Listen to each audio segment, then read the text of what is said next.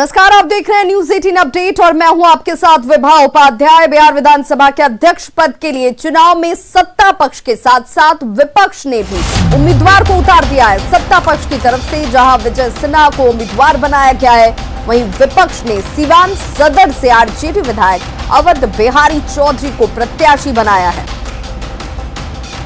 तो एनडीए की तरफ से विजय सिन्हा को प्रत्याशी बनाया गया है, जबकि सीवान सदर से आरजेडी की तरफ से भी अपने प्रत्याशी को उम्मीदवार के तौर पर विपक्ष ने उतार दिया है और अवध बिहारी चौधरी विपक्ष के प्रत्याशी के तौर पर विजय सिन्हा के सामने।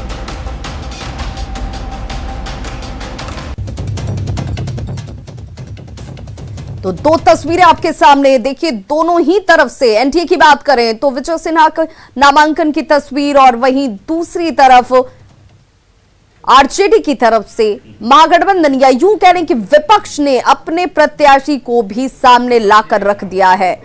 अवध बिहारी चौधरी सीवान सदर से आरजेडी के कैंडिडेट और उनकी तरफ से यहां पर विपक्ष ने उम्मीदवार को सामने रखते हुए विजय सिन्हा के सामने एक बार चुनौती पेश करने की कोशिश की है। एनडीए ने विजय सिन्हा को प्रत्याशी बनाया है, जबकि विपक्ष की तरफ से अवध बिहारी चौधरी प्रत्याशी के तौर पर।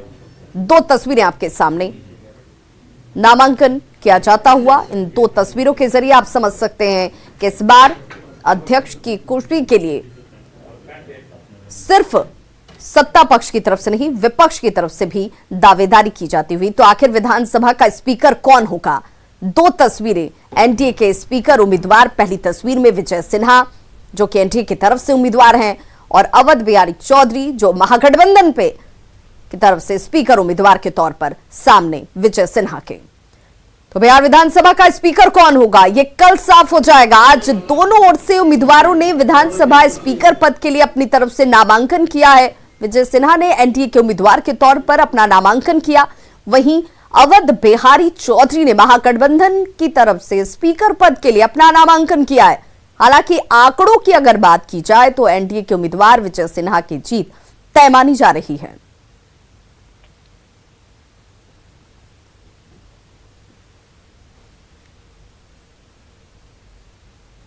तो तेजस्वी यादव ने अवध बिहारी चौधरी को उम्मीदवार बनाए जाने के बाद कहा कि उन्हें पूरी उम्मीद है कि अवध बिहारी चौधरी की जीत होगी।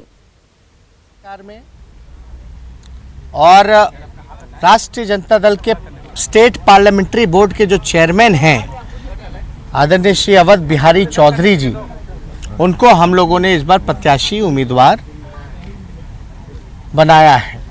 इसके लिए जो औपचारिकता जो पूरी की गई है,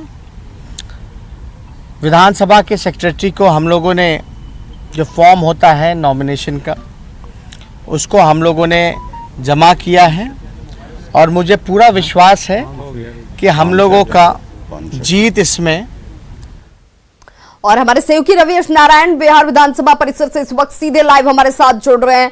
रवि, चूंकि इस वक्त पहली बार ऐसा है कि सर्वसम्मति से विधानसभा अध्यक्ष चुने जाने की परंपरा के बीच इस वक्त आमने सामने दो कैंडिडेट एनडीए और महागठबंधन की तरफ से, कितनी बड़ी चुनौती के तौर पर इसे देखा जाए?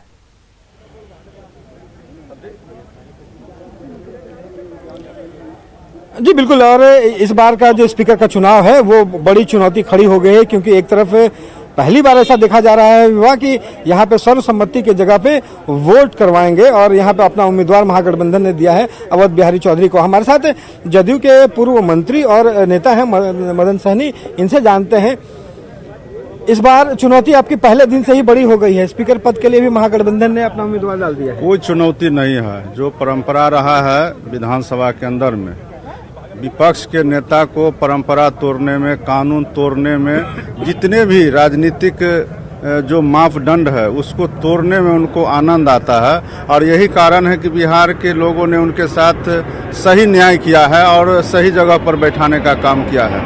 निश्चित रूप से जो भी एनडीए के उम्मीदवार घोषित किए जाएंगे या किए गए हैं, उनकी जीत सुनिश्चित है। और परंपरा, कैसा लगता है कि उनको कहां से बहुमत आएगा, किस विश्वास के साथ है? आपको लगता है कि वो कह रहे हैं कि सबसे मेरी बात हो गई है, आपके अंदर से ही कहीं वो कहीं से भी उनको किन्हीं से बात नहीं हुई है। वो सिर्फ बाधा पहुंचाना चाहते हैं, परंपरा को तोड़ना चाहते हैं। जो संवैधानिक पद है, उनकी जो गरिमा है, उसको में वो बाधा पहुंचाना चाहते हैं। और एनडीए पूरी तरह से एकजुट है। एनडीए एकजुट है और हमारे साथ बीजेपी के विधायक संजीव चौरसिया भी हैं। आखिर कहाँ पे लग रहा है कि समर्थन कैसे मिलेगा? कहीं एआईएम पर सारे लोगों की बात है कि कहीं वो 5 लोग जो है वो समर्थन करें, आपकी परेशानी बढ़ सकती है? नहीं, कोई परेशानी बढ़ने का कोई विषय नहीं है।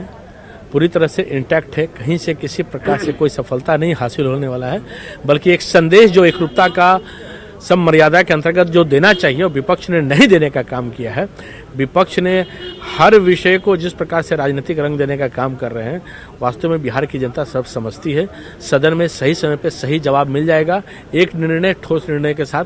रवि, लेकिन जरा संजीव चौरसिया से पूछिए कि जो परंपरा रही अब तक कि निर्विरोध किसी तरह का कोई कॉम्पिटिटर सामने नहीं होना, वो परंपरा तो कम से कम अब विपक्ष तोड़ रहा है, उसकी तरफ से चुनौती पेश की जा रही है। ये तर्कसंगत है क्या? जिस प्रकार के विषय को आज उन्होंने आगे बढ़ाने का काम किया महागठबंधन ने, तो आज जनता भी ये पूछेगी और अपने आप इनका निर्णय और उनका जवाब मिल जाएगा। नहीं, लेकिन संजीव चौरसिया जी, परंपरा रही है, लेकिन जो जनादेश मिला है जिस ढंग का, उस ढंग का गठबंधन को लगता है कि उसकी उम्मीदवारी तो जीत सकती है, तो परंपरा तो टूटी है। आपकी कहाँ से मिलेगा? कहाँ से जनादेश का हिसाब किताब रहेगा? संख्या बल के आधार पर भी नहीं है, जनादेश के आधार पर कहीं भी खड़े नहीं है, तो अपने आप को पचा पाने की स्थिति में नहीं है, अपने आप को समझ नहीं पा रहे हैं कि वो कहाँ खड़े हैं। तो बिहार की जनता ने जो खड़ा करने का उनको विपक्ष में जो भूमिका दी है, विपक्ष का अपना निर्वाह करने का काम करे। पारा आज वास्तव में हर विषय को हम लोगों को समझने की आवश्यकता है कि जनता ने जनादेश नहीं दिया है तो नहीं दिया है। तो विवाह आप देख सकते हैं कि यहाँ पे उम्मीदें बरकरार हैं, जदयू हो बीजेपी हो, कि उनको बहुमत हासिल होगा। लेकिन जिस ढंग से महागठबंधन के हौसले हैं, ये कल देखना होगा फ्लोर पे कि नतीजा क्या आता है। हालांकि बहुमत जो है वो एनडीए के साथ है, लेकिन तेजस्वी ने कहा है कि बातें हुई हैं, आखिर वो कौन से चेहरे हैं जो मदद करने के लिए तैयार हैं? जी, कहीं ऐसा तो नहीं है कि वो इस बात को लेकर आश्वस्त दिख रहे हो कि वो टूट कर लेंगे? कम से कम अगर अध्यक्ष पद की बात की जाए तो वहां पर उनकी बातचीत किस आधार पर, कोई ठोस आधार नजर आता है क्या उनके इस दावे का?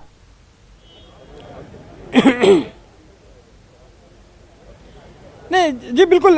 देखिए, दावे का आधार आप ठोस कैसे कह सकते हैं कि जब आपके पास जो बहुमत है, जो आंकड़ा है 115 का है, वहां पे 125 का है, बहुमत एनडीए के साथ है। लेकिन एक बात आपको बताएं कि यहाँ पे जो उम्मीदवार जो दिया गया है, उसकी एक स्पष्ट बात साबित होती है कि सरकार को ये जताना जरूरी है कि यहाँ पे पहले दिन से ही जो विपक्ष है वो हमलावर है और मजबूती के साथ खड़ा है। शायद यही एक कारण है जो उन्होंने अपना उम्मीदवार दिया है। और यही सवाल हम मदन सहनी जी से भी लेते हैं, आखिर क्यों लग रहा है कि उनके कैंडिडेट जीतेंगे, उम्मीदवार जो है वो खड़े थे?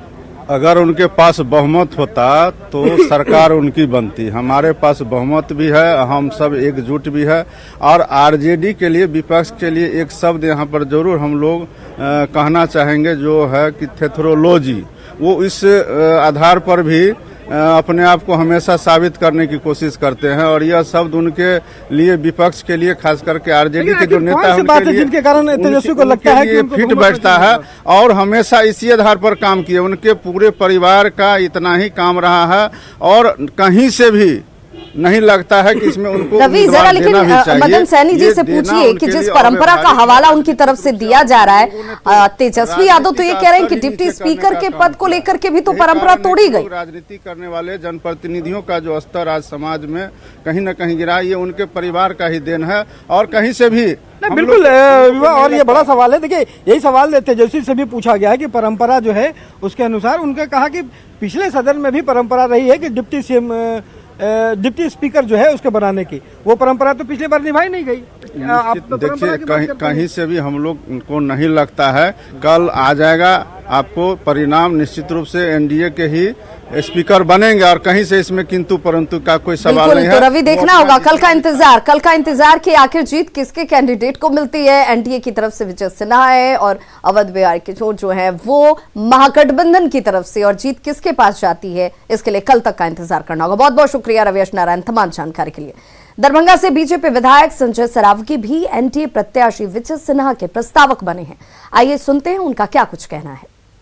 भाजपा के वरिष्ठ नेता विजय सिन्हा ने विधानसभा अध्यक्ष पद के लिए एनडीए की तरफ से नामांकन दाखिल कर दिया है। उनके प्रस्तावकों में से एक थे बीजेपी के संजय सरावगी। संजय जी, आज नामांकन दाखिल हो गया विजय सिन्हा का, कौन कौन लोग थे उस वक्त? उसमें सभी लोग एनडीए के जो नेता थे सभी लोग थे और समय पर हम लोगों ने जो है प्रस्ताव दिया सचिव को और विजय सिन्हा जी एनडीए के उम्मीदवार हैं। बिल्कुल, उस प्रस्तावकों में से एक आप भी थे, लेकिन अब आज विपक्ष ने भी एक उम्मीदवार खड़ा कर दिया, अवध बिहारी चौधरी को।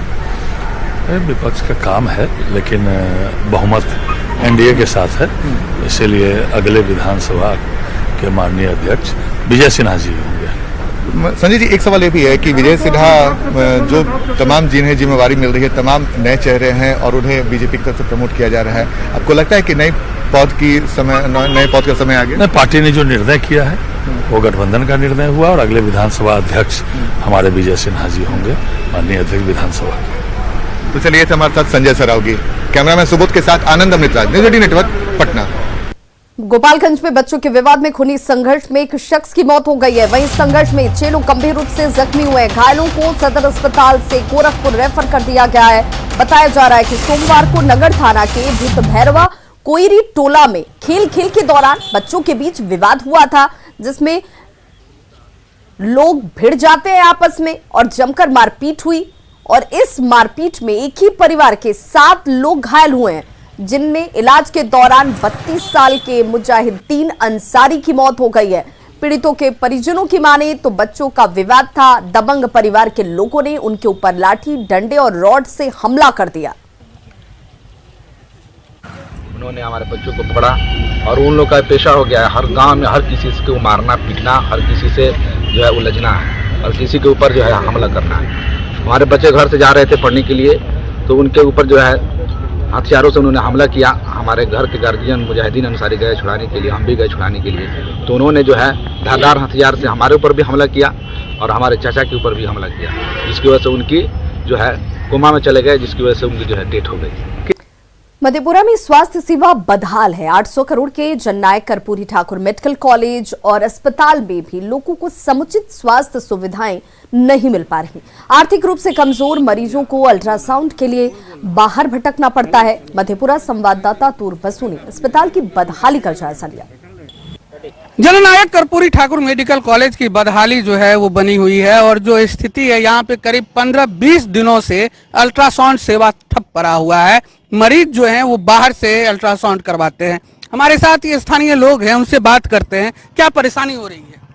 परेशानी जब से ये जननायक कर्पूरी ठाकुर मेडिकल कॉलेज का इनॉग्रेशन हुआ है, लगातार आप लोगों ने भी इस मेडिकल कॉलेज को सुदृढ़ ढंग से चलाने के लिए लगातार अपना न्यूज़ चैनल के मार्फत से आप लोग ने न्यूज़ चलवाया, जिसका असर देखने को भी बहुत कुछ मिला था। लेकिन गत दिनों से कुछ ऐसे पदाधिकारी यहाँ पर पदस्थापित हो गए हैं कि उसके चलते बड़े बड़े यहाँ डॉक्टर ज्वाइन करते हैं और रिजनेशन मार के चले जाते हैं। ये इस मेडिकल कॉलेज के लिए दुर्भाग्य है, खास करके यहाँ इस सुदूर इलाका के लिए, जो यहाँ गरीब मरीज इलाज कराने के लिए आते थे, उसके लिए सबसे बड़ा दुर्भाग्य है।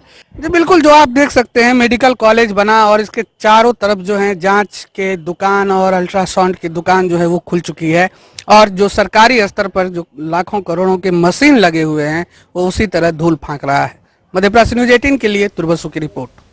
ब्रेक के बाद एक बार फिर से आप सभी का बहुत स्वागत है। बिहार में आज सुबह से ही कई जेलों में दनादन छापेमारी की जा रही है। सुबह से ही पुलिस प्रशासन के लोग छापेमारी में जुटे हुए हैं। हम आपको 4 तस्वीरों के जरिए दिखा रहे हैं कि किस तरीके से सीवान मंडल कारा में अहले सुबह छापेमारी की गई। आपत्तिजनक हालांकि सामान की बरामदगी नहीं हुई है। यहाँ से किशनगंज मंडल कारा में भी तलाशी ली गई और बताया जा रहा है कि किसी तरह की यहाँ से भी कोई सामान की बरामदगी नहीं हुई।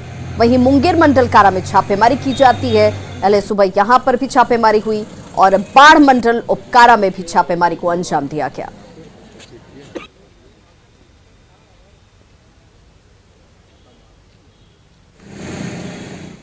मुजफ्फरपुर सेंट्रल जेल में छापेमारी की गई है और डीएम और एसएसपी के नेतृत्व में जेल के तमाम वार्डों को खंगाला गया और इस दौरान जेल से सिम कार्ड और गांजे के साथ चाकू की बरामदगी हुई। डीएम ने ये बताया कि जेल के अंदर आपत्तिजनक सामान कैसे पहुंचा, इसे लेकर जांच अभी भी जारी है और दोषियों पर कार्रवाई की जाएगी।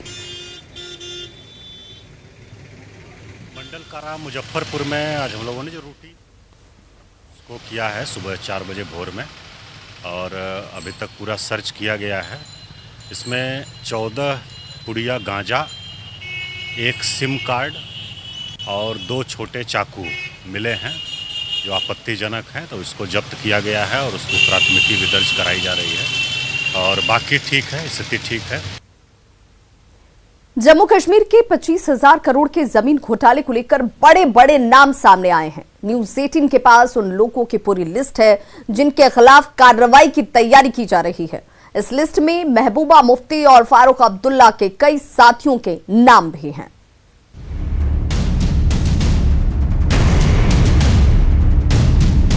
$25,000 करोड़ के घोटाले का पर्दाफाश।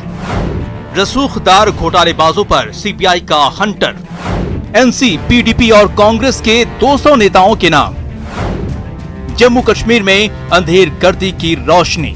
जम्मू कश्मीर में जिस तरह लूट की छूट पिछली सरकारों ने दी है और बहुत बड़ा लैंड स्कैम हुआ है, उसमें बहुत बड़े बड़े लोगों के नाम हैं। वो सब नाम अब एक्सपोज हो रहे हैं, सब लोग पकड़े जा रहे हैं और इसकी पूरी सीबीआई जांच हो रही है। पीडीपी नेता और पूर्व वित्त मंत्री हसीब दरबो, कांग्रेस नेता के अमला, मुश्ताक अहमद चाया, मोहम्मद सफी पंडित, मिस निघत पंडित, ये महज बानगी भर है।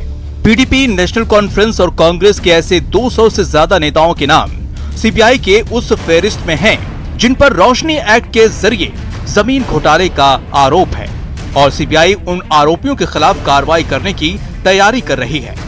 कश्मीर घाटी के लीडर, चाहे वो किसी भी पार्टी के हों, एनसी, पीडीपी या कांग्रेस, उन्होंने सरकारी खजाने को लूटने में कोई कसर नहीं छोड़ी। ऐसे ऐसे नेताओं के नाम हैं जो कि नामी हैं, मिनिस्टर तक रह चुके हैं। इस घोटाले में कई बिजनेसमैन और अफसरशाहों के नाम भी सामने आए हैं। राज्य के एलजी मनोज सिन्हा ने साफ साफ कहा था कि सभी से जमीन वापस ली जाएगी। उम्मीद की जा रही है कि राज्य में होने वाले डीडीसी चुनाव के दौरान ये एक बड़ा मुद्दा बन सकता है। सबसे पहले बीजेपी के मंत्रियों से शुरुआत कीजिए जिन्होंने गैर कानूनी जमीनों के ऊपर कब्जा किया हुआ है। जो भी मंत्री उसके बाद रहे हैं या विधायक रहे हैं जिन्होंने जमीनों के ऊपर कब्जा किया, या बड़े ब्यूरोक्रेट्स रहे हैं या बड़े बड़े ओहदों के ऊपर जो ऑफिसर रहे हैं, उनकी जमीनें जो है वो खाली होनी चाहिए। चलिए अब रोशनी एक्ट के बारे में जान लेते हैं। ये एक्ट 2001 में बना था जिसमें सरकारी जमीन पर गैर कानूनी कब्जा करने वालों को एक निश्चित रकम जमा करने पर इस जमीन पर मालिकाना हक देने की बात थी। इस कानून के बहाने कश्मीर के बड़े बड़े लोगों ने हजारों करोड़ की जमीन के वारे न्यारे किए। अब सीबीआई जांच कर रही है, साथ ही ये मामला हाईकोर्ट में भी है। Bureau report, news 18 network. Assam के सोनितपुर जिले में रॉयल बंगाल टाइगर की जो तस्वीर कैमरे में कैद हुई वो रोंगटे खड़े करने वाली है। दरअसल छिपे हुए रॉयल बंगाल टाइगर को देखने के लिए भीड़ बोरगुरी क्षेत्र में पहुंची, जहां बंगाल टाइगर ने भीड़ को खदेड़ दिया। तस्वीरें देखिए किस तरीके से ये भीड़ यहाँ इकट्ठा थी और रॉयल बंगाल टाइगर को देखने के लिए ये लोग यहाँ पर पहुंचे हुए थे। और जैसे ही रॉयल बंगाल टाइगर की नजर इस भीड़ पर पड़ती है, वो भीड़ को दौड़ाने लगता है और इस दौरान एक शख्स चपेट में आ गया और उसे टाइगर ने घायल कर दिया। फिलहाल घायल का इलाज अस्पताल में जारी है।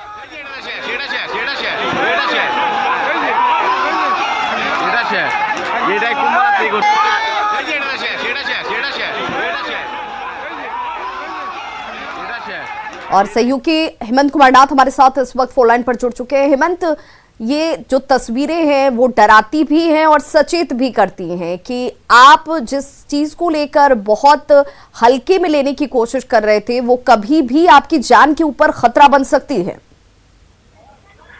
देखिए, सुबह से ये जो रॉयल बंगाल टाइगर वो यहाँ का सिचुएशन पैनिक करके रखा हुआ है। टाइगर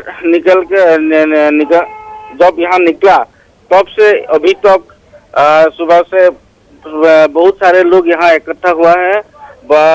जो फॉरेस्ट डिपार्टमेंट के लोग, वो लोग कोशिश कर रहे हैं वो टाइगर को ट्रैंक्वाइज करने के लिए, लेकिन अभी तक वो कामयाब नहीं हुआ है। लेकिन खाली एक टेम्पो ड्राइवर उसको घायल किया हुआ है और एक 2 साल का सुबह वो जो बाघ बच्चे को इंजर किया है।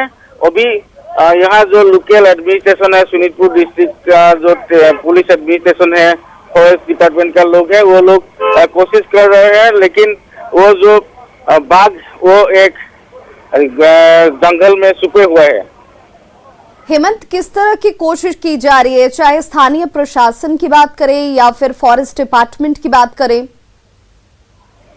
जी, बात ऐसा है कि जो यहाँ का लोकल जो फॉरेस्ट डिपार्टमेंट है, उन लोगों का साथ ट्रैंकुलर्स का कोई सामग्री नहीं है, इसीलिए जो काजीरंगा नेशनल फॉरेस्ट है, काजीरंगा से फॉरेस्ट डिपार्टमेंट ने उन लोगों से कांटेक्ट किया है और वहाँ से एक टीम अभी निकला है तेजपुर के तरफ। कितना वक्त लग सकता है हेमंत यहाँ पर उस टीम को पहुँचने में?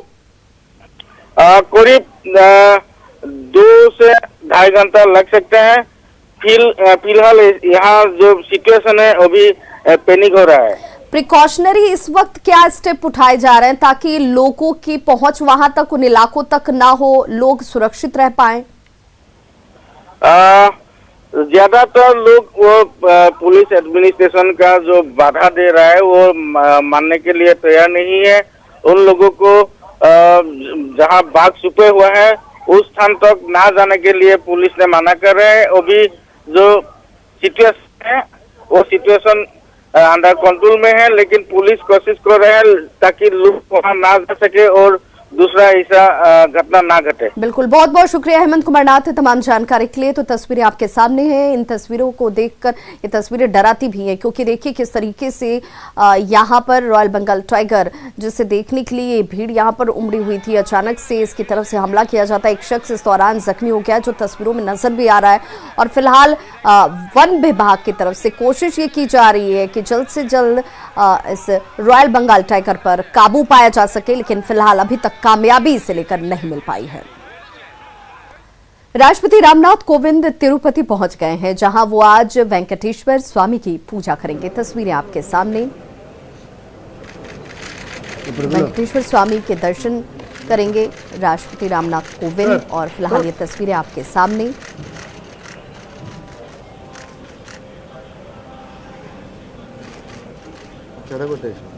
तो तिरुपति पहुंच चुके हैं राष्ट्रपति रामनाथ कोविंद और यहाँ पर आज भगवान वेंकटेश्वर स्वामी की पूजा अर्चना की जानी है की तरफ से। और फिलहाल सीधी 2 तस्वीरें आप देख रहे हैं। तो एयर इंडिया 1 विमान आपको जिसमें यात्रा करते हुए तिरुपति तक पहुंचे हुए राष्ट्रपति रामनाथ कोविंद। और दूसरी जो तस्वीर है उसमें आप देख सकते हैं कि इस वक्त वेंकटेश्वर स्वामी के दरबार में मौजूदगी है राष्ट्रपति रामनाथ कोविंद की। और अब से कुछ वक्त बाद वेंकटेश्वर स्वामी की पूजा अर्चना। और फिलहाल तस्वीरें आपके सामने 2।